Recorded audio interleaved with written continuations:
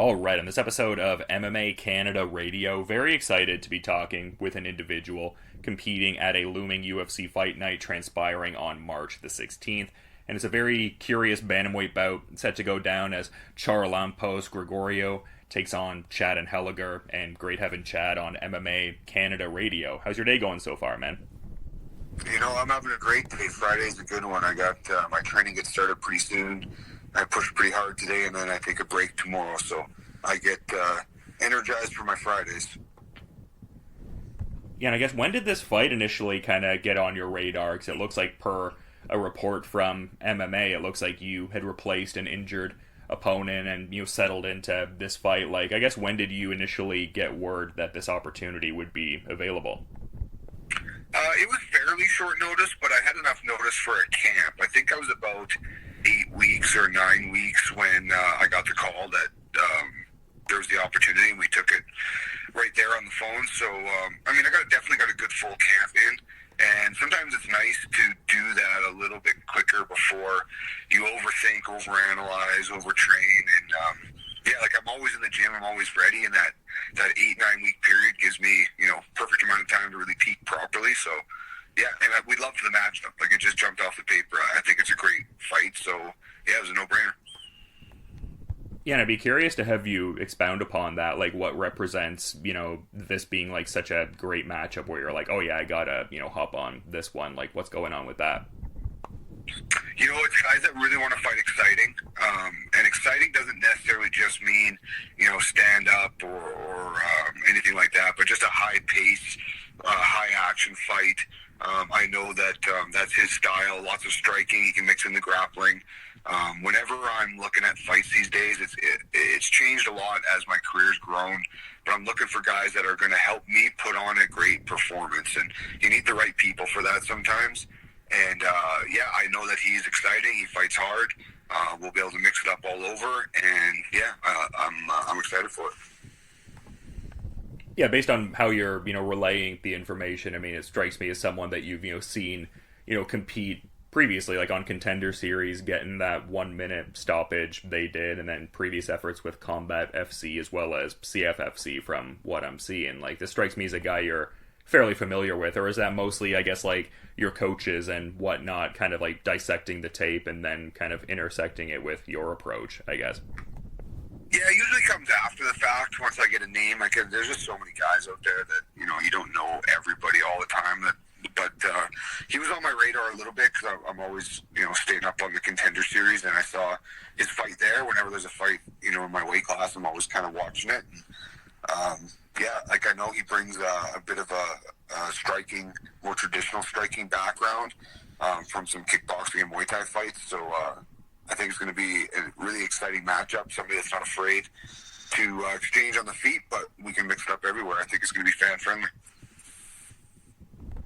Yeah, no, for sure. It's a very intriguing fight, and something that I was kind of seeing in the lead up to this. I can't remember what the outlet was that had posted the article, but it was talking about the backstory to like how you came to train with Champions Creed MMA, and I thought it was really interesting. Like, I think like kind of earlier on in your MMA journey, you'd had a couple setbacks against some of the guys from that gym, and you basically were like, hey, I need to figure this out. Like, I'm really putting in the work in the gym, but there's something that's missing in my game. I just thought that was so cool, and it's clearly paid dividends. Can you kind of talk about, I guess, the backstory on how you came to become part of the Champions Creed MMA fold with Brian Bird and everyone?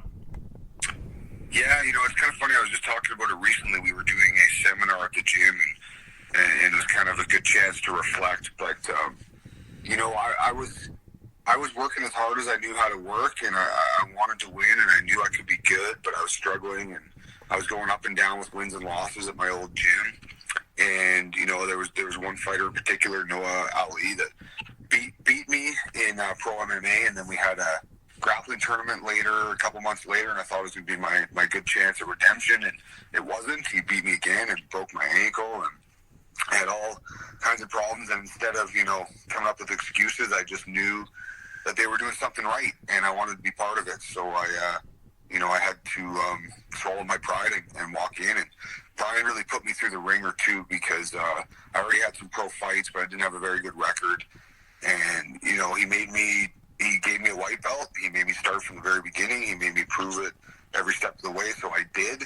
And in that process, it also obviously really beefed up my skills too. So a lot of people ask me questions about the early part of my career and what I would change, because I was 2-5. I'd lost 3 in a row, and I don't think anybody would ever wish that start to their career. But where I'm at now, I feel like I can't, I wouldn't change it, because the chances of changing it and getting a better outcome than I've had, I think are non-existent, because I'm pretty happy where I ended up. And that was part of my process. It took longer, and I'm a little bit stubborn sometimes, so that was my way of getting to where I want to be. But I know I'm there now. I'm feeling great. I got my black belt under Brian. I'm running my own Champions Creek gym here in Calgary. I've got everything that I could possibly want. So, even though I started off rocky, I definitely wouldn't change a thing, because it got me where I am now. Well, I think that's what's inspiring about it, because I feel like certain people might get too preoccupied in certain aspects of that, but I mean, you're ultimately shaped by whatever your experiences are. Like, there's someone that could maybe go the route of being like, oh, maybe this isn't working out, and kind of resign themselves to what they think their situation is. But I think it's really commendable that you've been able to, I guess, do that, like, kind of look in the mirror, as it were, and be like, you know what, there's some things I need to shore up here. And I mean, obviously has worked out with like Rise FC Gold and multiple UFC fights now. So yeah, I mean, everyone has their own journey, I guess, right? Yeah, absolutely. I mean, some people learn faster than me, or they make better decisions than me. But in the end, I do feel like I really found my path, and I'm actually really thankful for it, because not everybody's able to. And yeah, I'm really thankful. Like, even these fights I had with Noah back in the day. If those things didn't happen, I don't know. Maybe my life would be a lot different. So, as frustrating as they were at the time to lose, things like that, I really think helped shape my future, and I'm pretty happy with it. So. Yeah, for sure. And you've had some exemplary performances so far. And I mean, that Jesse Strader fight was an incredible finish. Is that kind of like almost what we're looking for in this next one? I mean, you're talking about like wanting to, or rather, like, he kind of like blends with your style in a way that looks like it would be an exciting fight on paper, which is a sentiment I agree with. Like, are we looking to almost top the Jesse Strader knockout? Is that kind of how you perceive it, or is it almost more of like a be in that flow state and, kind of be adaptable with what may or may not happen in the fight and all?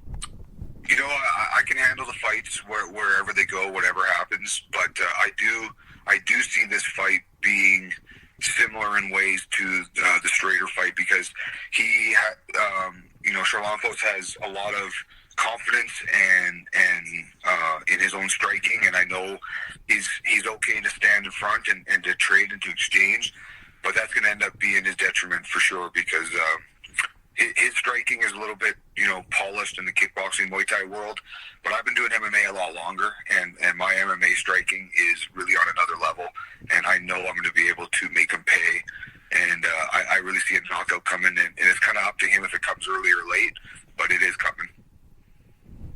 So it's almost like your striking is much more, I guess, like smoothly blended into like an MMA kind of context, whereas maybe his Muay Thai in like an isolated specific way, like, oh, that's good Muay Thai, but maybe not, I guess, as smoothly amalgamated to consider all MMA facets. Is that basically the gist of that?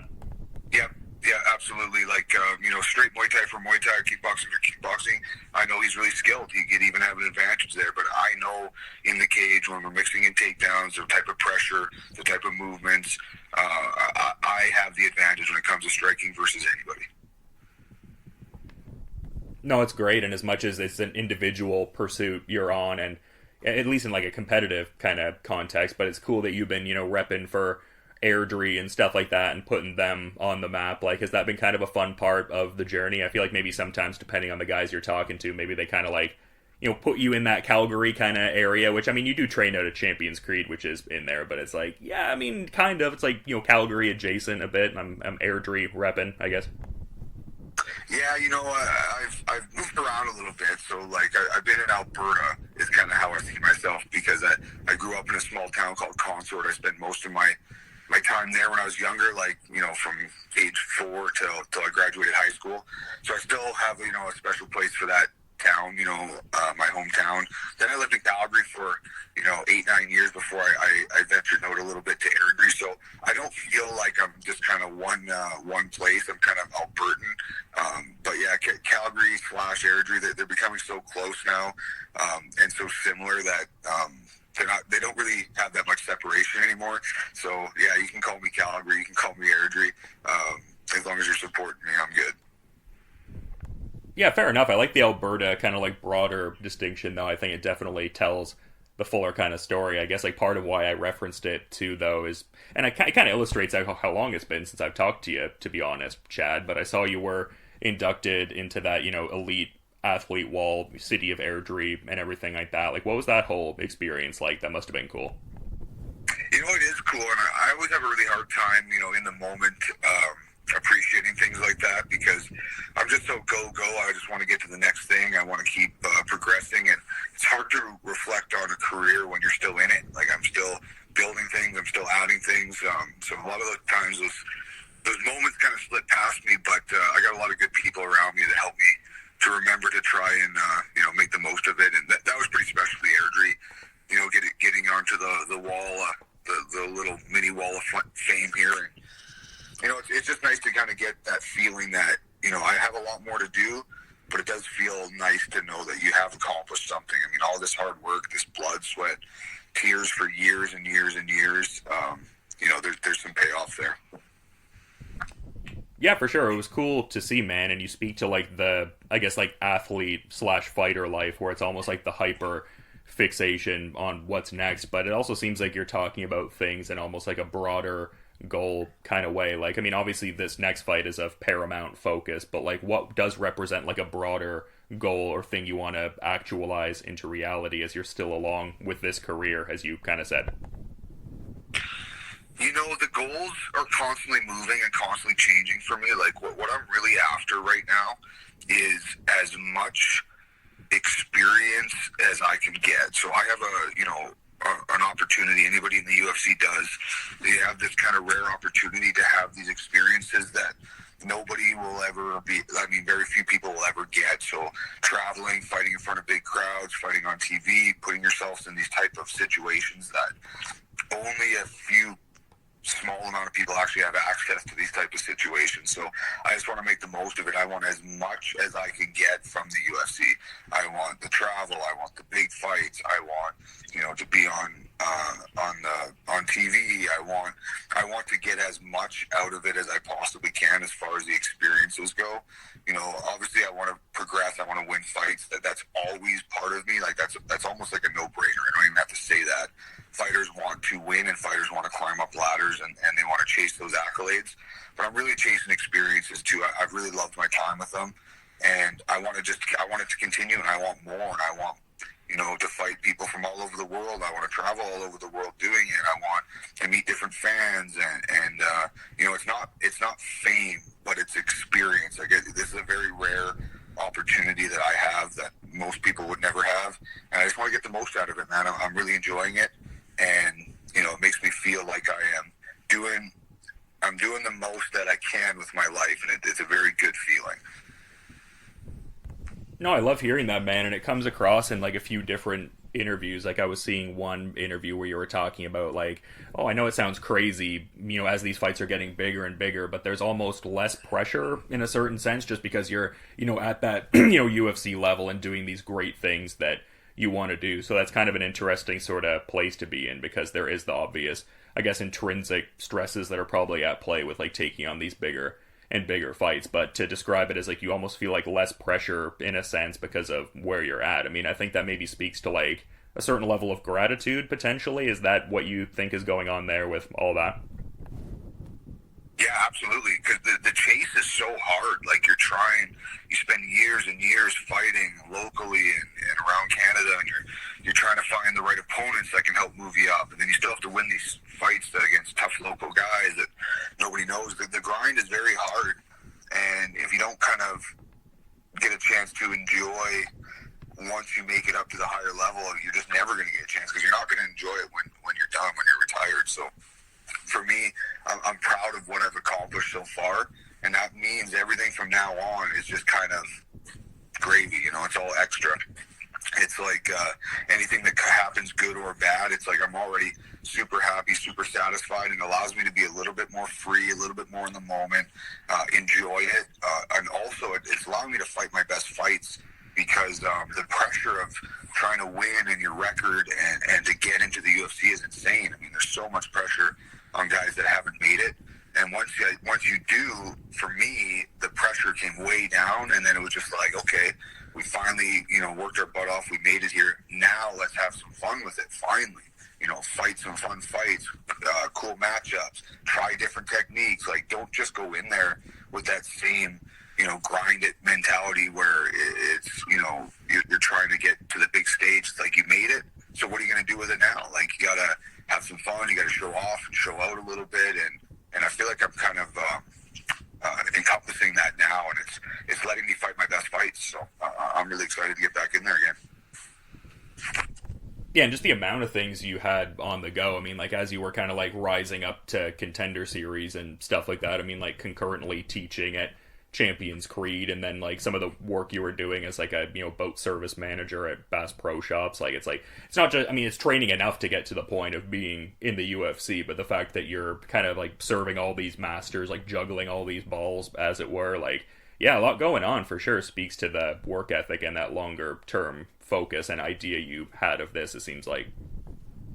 Yeah, for me, that's just the way my brain works. I mean, it's actually not a good thing. I struggle to take breaks and to to slow down. Like, if I'm sick or have like a day off or for something, like, I'm at my most miserable. Like, I hate being like that, and I don't know how to not do anything. I don't know how to slow down. So it's definitely can be a detriment at times. But I'm a guy that I perform best when I'm at like max capacity, running from one thing to the next, staying as busy as I can. That's kind of how I perform best. So yeah, it's been a lot, and for a long time. Like, I've been doing this for a long time, where working that full-time job, training twice a day around it, still trying to fight, still trying to have a home life.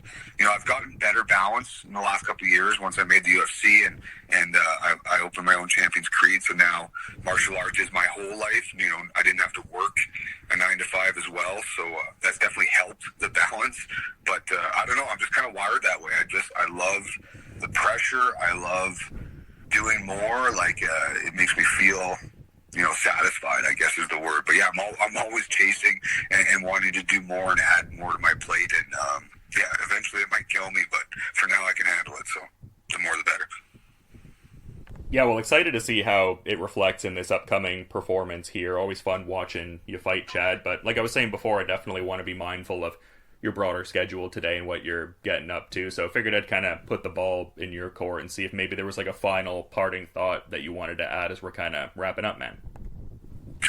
Nothing too major. I'm pretty focused at this point. We're a little, just over 2 weeks out of the fight. I appreciate the support, the love. I feel like I have a lot of positive support in my fight career, win or lose. So I want to keep that going, and I treat that, I really appreciate that, and I'm not going to lose the people that support me. Every time I go out there, that's what I'm fighting for. The wins, they should be coming with it, but the fight, I'm really out there to make sure my fans are happy. They're still my fans, and I carry that weight going into every fight, no matter what. I'm going to fight hard, so that's going to happen again in 2 weeks. Yeah, it's going to be awesome to, peep your fight at, UFC Fight Night, a, fun TV card going on March 16th there, so I'll be checking that out, and definitely excited for this Charalampos Grigoriou bout. And thanks so much for coming on MMA Canada Radio, Chad. Like I said, I'll be checking out the fight when it goes down, but until then, you have a good rest of your day, and thank you for the time. Yeah, thanks for fitting me in, buddy. Appreciate it.